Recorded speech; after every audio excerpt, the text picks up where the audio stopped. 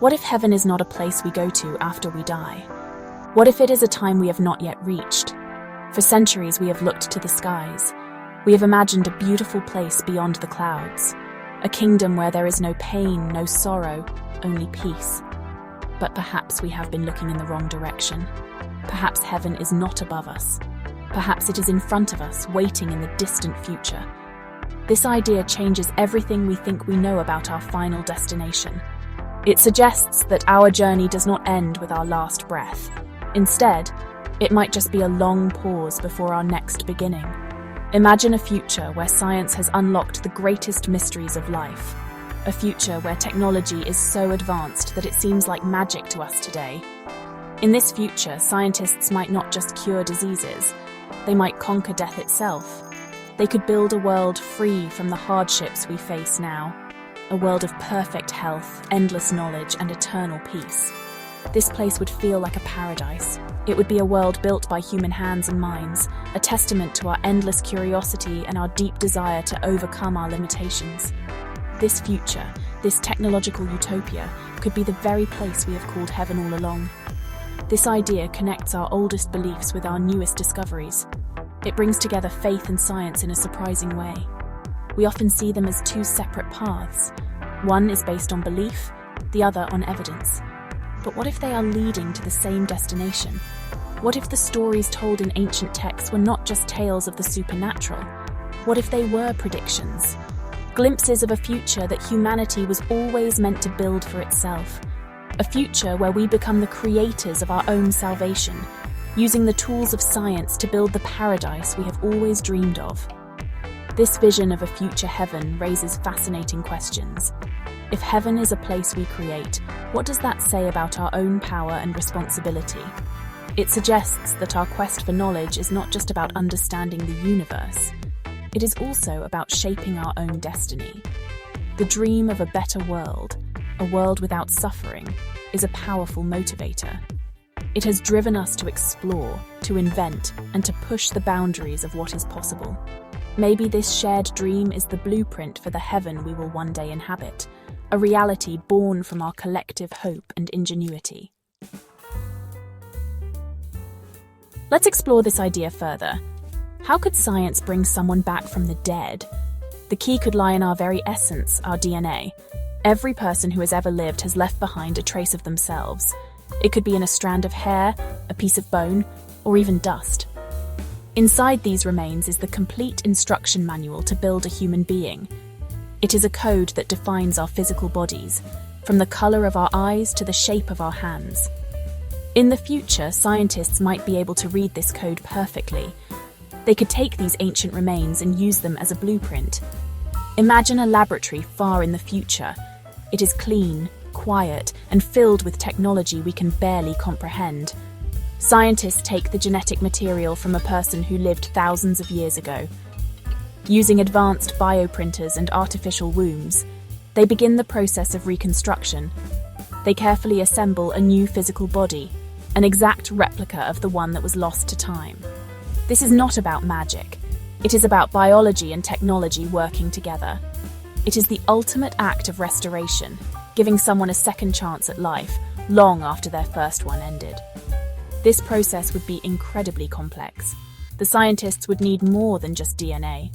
They would need to understand how to grow a fully formed adult body. They would need to know how to restart a consciousness. Perhaps they could retrieve memories from the unique patterns of the brain, a puzzle they have finally solved. The person brought back would wake up in a new time, a new world. They would have their old memories but be in a new, healthy body. To them, it would feel like waking from a long, dreamless sleep. It would be a resurrection made possible by science. But what does this mean for the soul? When the body is recreated, does the soul return to it? Or is the soul simply the sum of our memories and personality stored within the brain's structure? If we can be rebuilt, it challenges our traditional ideas about life and death. Death becomes less of a final end and more of a temporary state.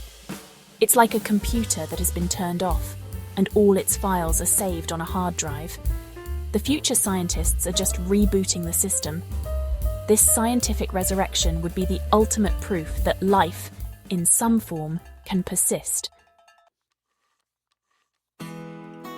Now, let's connect this to a story we all know. The story of Jesus. His resurrection is a cornerstone of faith for billions of people. What if this ancient story was the inspiration for the very technology that makes resurrection possible? In the future, scientists might look back at this story and see a challenge. They might see it as a puzzle to be solved. They might ask themselves, could we do this? Could we use our knowledge to achieve something that was once considered a miracle? This question could drive them to invent the ultimate machine, a time machine. Their mission would be historic. They want to bring back the person who inspired their quest. They select a volunteer, a brave individual who will travel back 2,000 years. This traveler is given a mission: find the man known as Jesus of Nazareth and bring him to the future.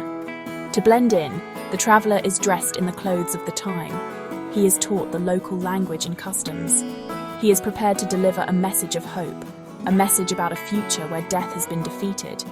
He is sent not as a conqueror, but as a quiet observer, a scientist on the ultimate field mission. But history is a powerful current. It is not easily changed. The traveler arrives, but things do not go as planned. He is mistaken for Jesus himself. His knowledge of the future, his calm demeanor, and his message of a coming kingdom, the future, are misinterpreted. He tries to explain, but the historical events are already in motion. He is caught up in the story, unable to escape his role. He faces the crucifixion, an event the scientists had hoped to prevent. The plan seems to have failed. The traveler has become a martyr in a story he was only meant to observe. But then, the final part of the plan unfolds. After the crucifixion, the scientists in the future activate their technology. They use a powerful energy to transport the traveler's body from the tomb directly to their time. To the people of the past, it looks like a miracle. The body is gone. He has ascended. But in reality, he has been brought to the future.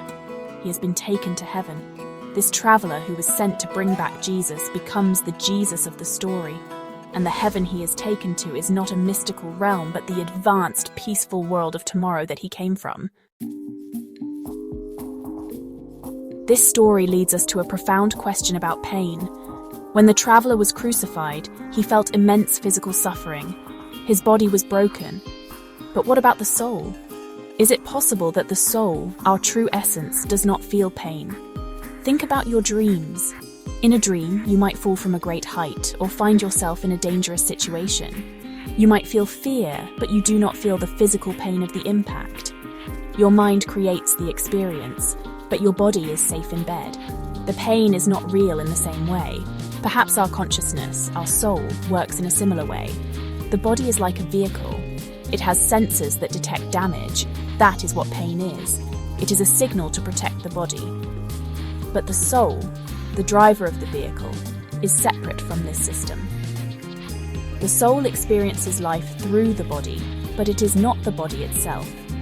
When the body is damaged, the soul registers the event, but it does not share in the physical destruction. It is an observer of the body's experience. This could explain why people who have near-death experiences often report feeling peaceful and detached from their physical suffering. This separation between the body and soul could be the key to a painless eternity. In the future heaven, our new bodies would be perfect. They would be immune to disease, aging, and injury. There would be no need for the sensation of pain because there would be no threat of physical harm. Our existence would be like a pleasant dream that never ends. We could experience all the joys of life, love, creativity, discovery, without the fear of suffering. The soul would be free to explore and grow, unburdened by the limitations and pains of a fragile physical form. So, what does this mean for us here and now?